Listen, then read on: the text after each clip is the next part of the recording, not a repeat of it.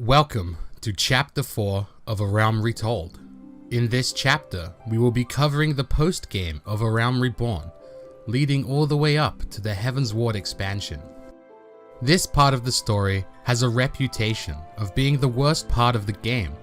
Not only does the XP slow down to a crawl, it also has you going to and from quest NPC to quest NPC.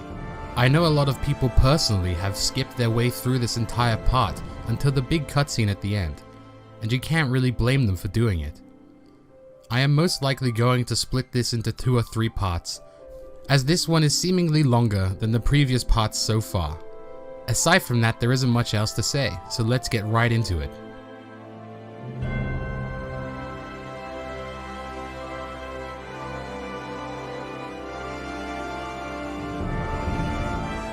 First of all, let me welcome you to the 7th Astral Era, with the defeat of Gaius von Balzar and his 14th Legion, along with the forming of a united Eorzean alliance. It has been declared that the 7th Astral Era can begin. It seems that the Scions have gathered a lot of unwanted attention. Their power levels used to be unknown, and they were able to work in the shadows, with only a few allies at their side that they can trust. Now everybody wants to support them with their patronage, but obviously they want something in return. The Scions are a neutral group, so we shouldn't accept the patronage of the people. But if we could use this patronage to make the Scions a stronger faction, then maybe it could be worth accepting. We ask the diplomat, Alfinawad, what he thinks about this situation. He believes that the Scions must move from Ul'dah. Ul'dah has the Syndicate, who will not let the Scions be an independent group, as we are too powerful to be left alone. He instead calls for the Scions to move to Mordona, as what is a better place to be in than a neutral territory. It is a tough decision to make, as we have a lot of bonds of friendships within Ul'dah. It is our home, but it is up to Minfilia to decide.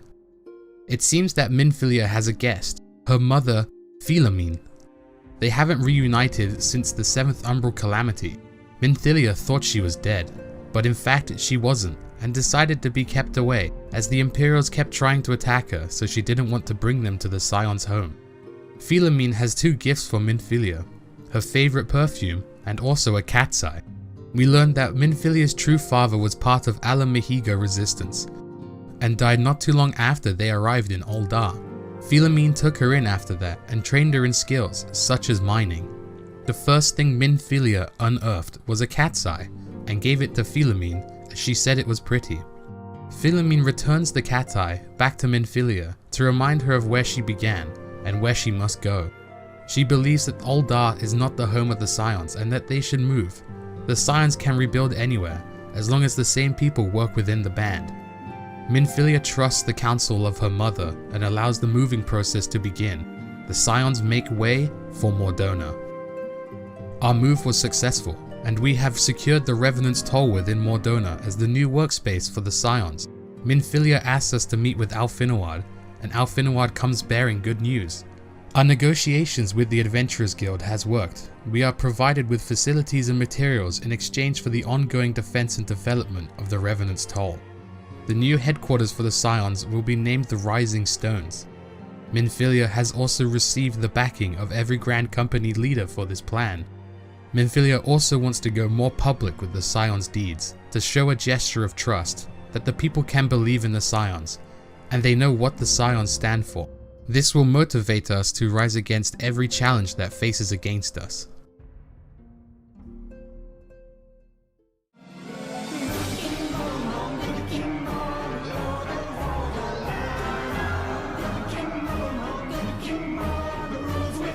We are called to Gridania to discuss a primal problem.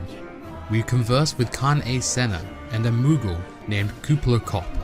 It seems that good King Moggle Mog the 12th has returned to Eorzea. The original good King Moggle Mog was a noble hero who sacrificed himself for the greater good of the Moggle tribe, but this is no longer that hero, but a summoned version of him, a primal if you'd have it. It seems that the Moggles are afraid of what might happen in the future, and decided that they should summon a primal. They only wanted to defend their forest, but since they summoned him, they have been wanting to push outside of their border. Kane Senna wants us to defeat this primal for them. We accept this task. To gain access to the area, we need to disable a barrier. We do so with the help of Kublai Kop and finally enter the Moggle's domain. The Moggle's guard are immediately aware of our presence and stand in formation to defend their king. Try as they might, we overpower the king and his guardsmen, bringing defeat to good King Moggle XII. We return to Kublai Kop and tell him that he was slain, who then tells us to return to Rhea o Senna, the sister of Kane Senna. We return to the Waking Sands, victorious, and begin helping with the movement process. It seems that the Scions aren't moving all at once and Minfilia will be the last one to move. Mid-conversation with Urianger, Minfilia can be heard screaming. We quickly make our way over to where we heard the scream.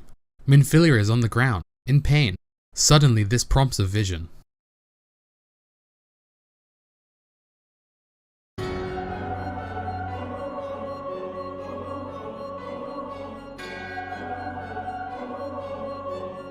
The vision depicts Minfilia not a few moments prior putting Louis Swaz-staffed Tupsimati into a chest ready for moving.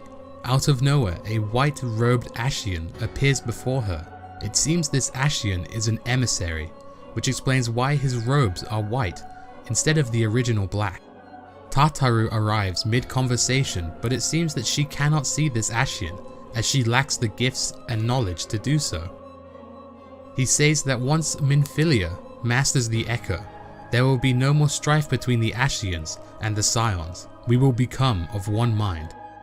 The Ascian begins to leave, but Minfilia chases after him, so he fires a bit of dark aether through her to test the defenses of Hydaelyn. We awake from the vision to see that Minfilia is quite alright. Urianger and Tataru arrive to the scene and are clearly worried. Minfilia wants Urianger to contact the students of Baldesion to find out if there are any tomes that mention an Ascian donned in white robes. Minfilia tells us to find the Ascian. We end up finding him outside, not concealing his presence at all. He tells us where he will be heading next, and he wants to converse with us. He opens with that he did not mean to cause any harm. He only did what he did to Minfilia out of self-defense. He continues to talk about how Laha Brea was a unique one. Not every Ascian is as aggressive as Laha Brea. He asks us a question. If we can feel that Hydaelyn's power is weakening, that her strength will soon be spent. He reveals that his name is Elidibus, before returning to the Void. We return back to Minfilia and report what transpired with Elidibus. After some time, the Scions have made a complete move to their new home. It is a lot more spacious than the Waking Sands. Today the Scions of the 7th Dawn will be an independent party. We will create a future for Eorzea, but it will not be tainted by any political motive. Minfilia is worried. The students of Baldesion are not responding to our link pearl communications. The students of Baldesion are a group of scholars who the Scions are close friends with. They live on the island of Val and study phenomenons like the Echo and the Ascians. We are worried that the people inside are injured, but are unsure how they were attacked without being able to raise the alarm. She sends Urianger to tell the people that the students of Baldesion have been attacked. Urianger leaves, but she stays with us to converse. Minfilia is distressed, as she thought we dealt with the Ascian threat when we sent Laha Brea from this world, but it seems like it keeps getting worse. The last thing we see is Minfilia hoping that a person known as Krill is alright. We cut to Elidibus in the Void, confronted by an Ascian, telling him that the plan will continue even with his meddling. They go back and forth, but apparently the gift is getting stronger, and that intrigues Elidibus, but none of the other Ascians are interested. We are sent out, as it seems that there are a lot of crystal thefts recently, so we assume that it has to be the Amalj'aa. However, according to Thancred, there is nothing to suggest that the Amalj'aa have come into possession of all of these crystals. He can be seen talking to Urianger via link pearl. It cuts to Urianger, who is in the Waking Sands. I wonder who is taking these crystals and what they might use them for. We pan out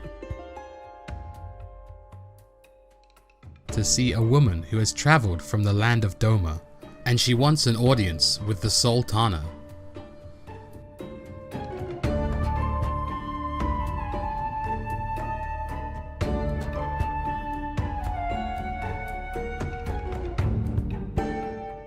We are contacted by Alfinawad, and he tells us that the travelers from the eastern nation of Doma have arrived within Vesper Bay. He wants to talk to them to get information about the current state of affairs within the Empire. We are able to find the Doman leader and ask to discuss with her inside the quicksand. We learn that the Doman leader's name is Ugiri. Ugiri has a meet with the Warrior Light and Alfinawad. We discuss of Othard and how Doma is controlled by the Garleans.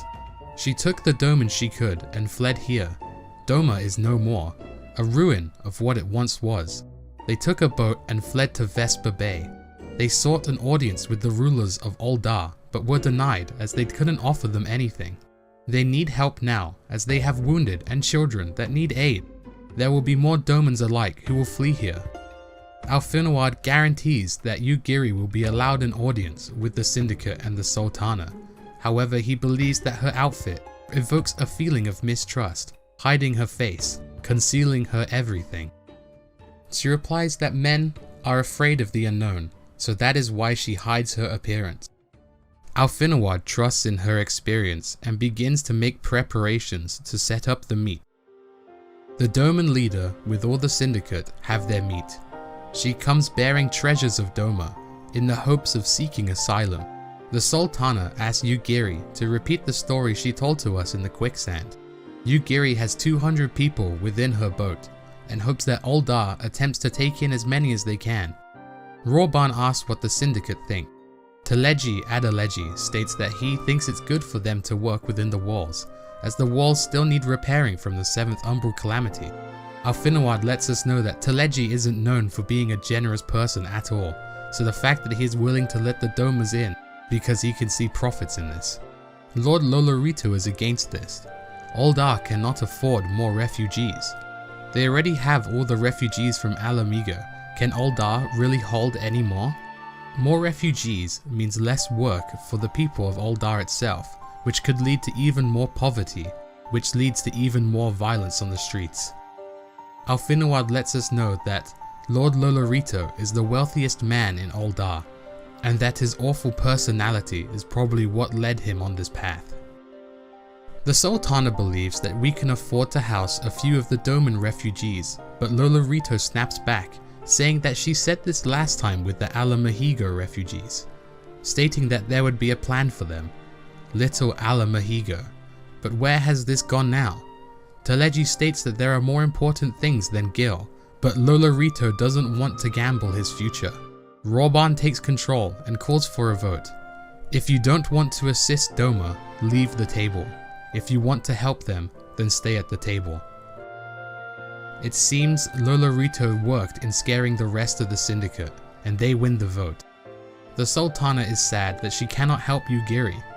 Teleji is mad with Lolorito, stating that he even sabotaged the little Alamahigo plan the Sultana had for the refugees by forsaking the eastern trade route.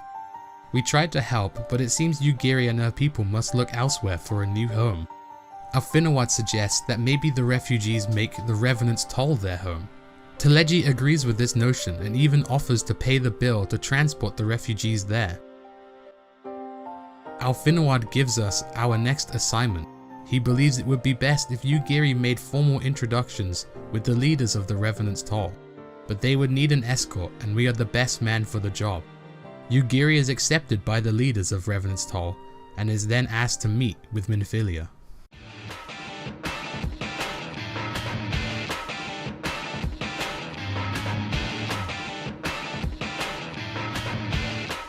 In the middle of the conversation, Y'shtola returns and states that they thought the trail of crystal thefts would lead back to the Amoldja, but instead it was the Sahagin. They are trying to summon Leviathan, Lord of Whorls. An elder Sahagin spoke of obtaining the gift and knowledge of eternity. This causes Minfilia and us to have a vision. The vision depicts Y'shtola in Sahagin territory. overseeing a Sahagin elder stating that their lord will rise and wash away the Finless Ones, and that he will be granted the gift and knowledge of eternity. It seems that the Ascian emissary has had a hand in this.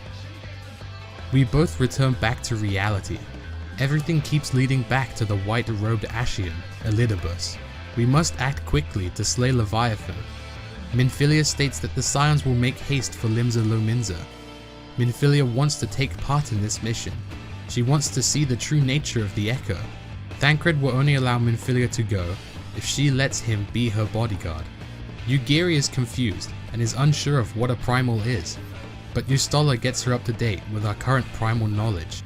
For all the help the Scions have done for her people, Ugiri will lend her blade in this battle. We make our way to the Sahagin domain and are attacked by Sahagin, along with civilians who have become Leviathan's thrall. Ugiri and Thancred show off an incredible display of their skills.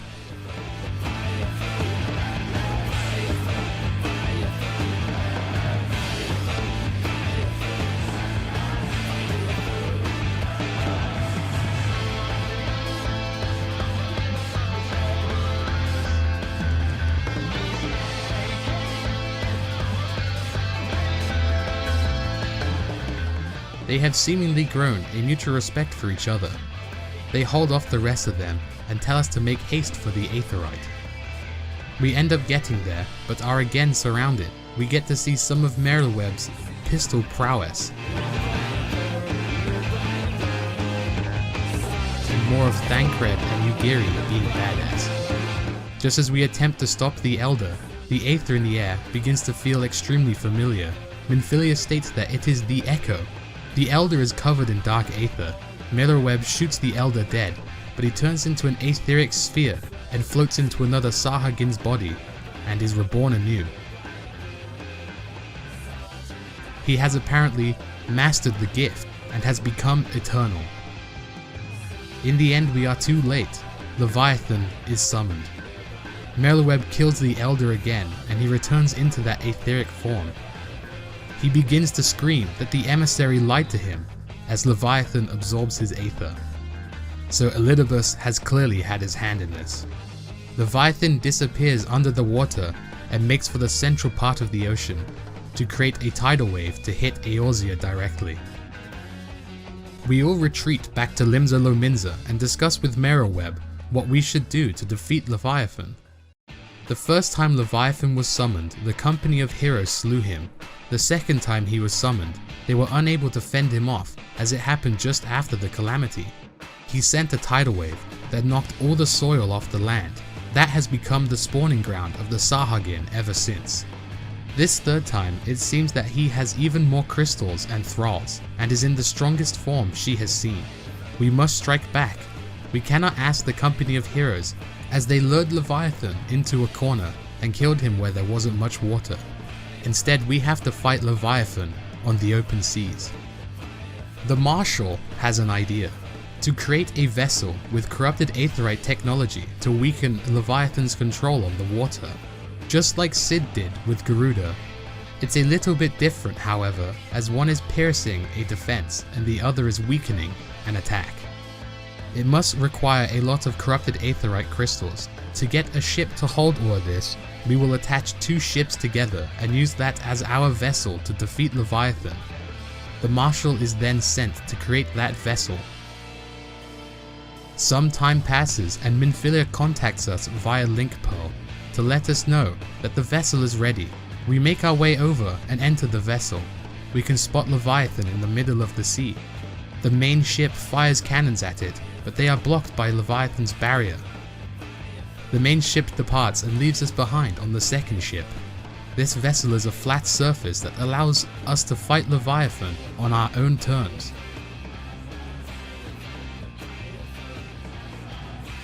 The technology seems to work and we are able to affect Leviathan's control over the water.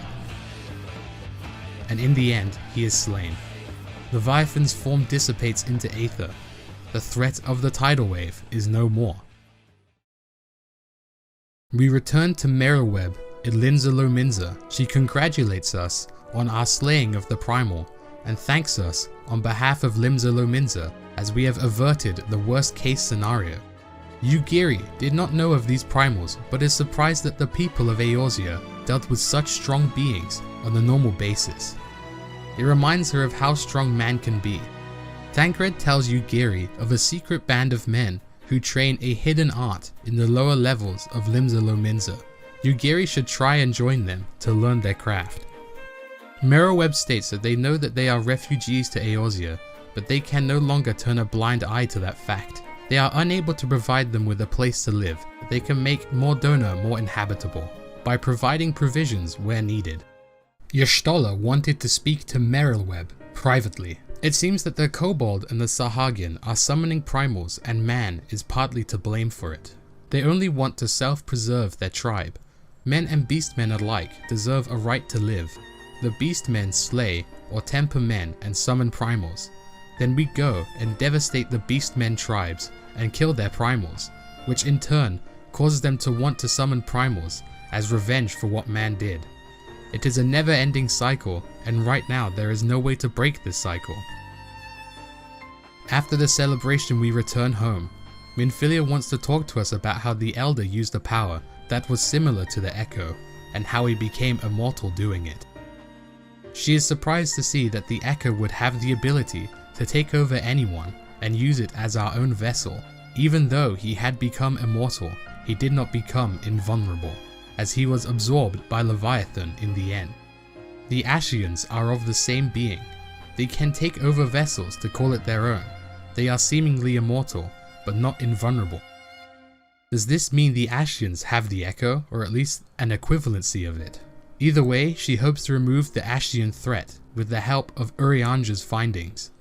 Speaking of Urianger, he rushes into the room to speak of the students of Boldessian. The Isle of Val, in which they reside, has completely disappeared. There was an etheric magnitude that was recorded near the island, and in the end, the island was no more.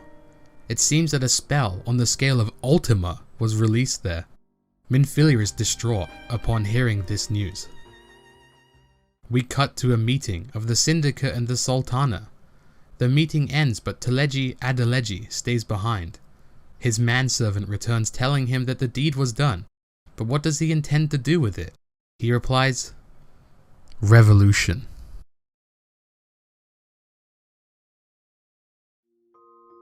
This is a good place to end part 1. We have started off the 7th Astral Era with quite a lot of issues. We defeated 2 primals, being Good King Moggle the 12th and Leviathan. We met a white-robed Ascian known as Elidibus, who has the ability to grant the Echo. We met Yugiri and helped the people of Doma find refuge within Mordona. And lastly, Teleji Adeleji speaks of revolution. I thank you guys for watching this chapter of A Realm Retold. Check me out live on Twitch. I am currently finishing off some extra resistance weapons before Endwalker's launch. If you are interested in more content like this, consider subscribing, as there is a lot more to come. Leave a thumbs up as it helps with the channel. If you didn't enjoy the video, give it a thumbs down. May you ever walk in the light of the crystal.